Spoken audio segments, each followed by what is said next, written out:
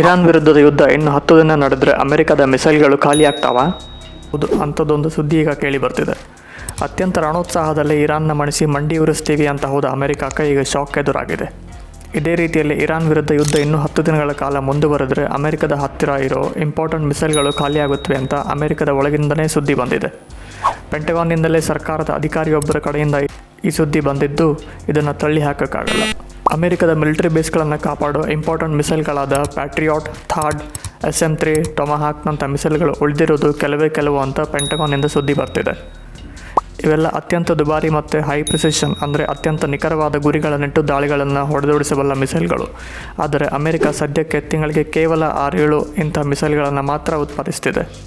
ಜೊತೆಗೆ ಕಳೆದ ಕೆಲವು ವರ್ಷಗಳಲ್ಲಿ ಇರಾನ್ ವಿರುದ್ಧ ಹೋರಾಡೋಕ್ಕೆ ಅಂತ ಇಸ್ರೇಲ್ಗೆ ಮತ್ತು ರಷ್ಯಾ ವಿರುದ್ಧ ಹೋರಾಡೋಕ್ಕೆ ಅಂತ ಉಕ್ರೇನ್ಗೆ ಈ ದುಬಾರಿ ಮಿಸೈಲ್ಗಳನ್ನು ಪುಕ್ಸಟೆಯಾಗಿ ಕೊಟ್ಟಿದೆ.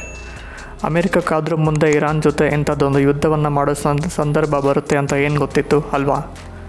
ಆದರೆ ಟ್ರಂಪ್ ಮಹಾಶಯ ಈ ಸುದ್ದಿಗಳನ್ನು ತಳ್ಳಿ ಹಾಕ್ತಿದ್ದಾರೆ. ಅಮೆರಿಕದ ಹತ್ತಿರ ಎಷ್ಟು ದಿನಗಳ ಕಾಲ ಬೇಕಾದರೂ ಯುದ್ಧ ಮಾಡುವಷ್ಟು ಮಿಸೈಲ್ಗಳಿವೆ ಅಂತ ಹೇಳ್ಕೊಂಡಿದ್ದಾರೆ. ಹಾಗಂತ ಅಮೆರಿಕ ಈ ಯುದ್ಧದಲ್ಲಿ ಸೋಲುತ್ತಾ ಗೊತ್ತಿಲ್ಲ. ಆದರೆ ಅವುಗಳನ್ನು ಹೊರತುಪಡಿಸಿ ಅಮೆರಿಕದ ಹತ್ತಿರ ಬೇಕಾದಷ್ಟು ಆಯುಧಗಳಿವೆ ಮತ್ತು ಅದು ಇರಾನ್ನ ಬಗ್ಗು ಬಡಿಯೋಕ್ಕೆ ಬೇರೆ ಮಾರ್ಗಗಳನ್ನು ಅನುಸರಿಸುತ್ತೆ.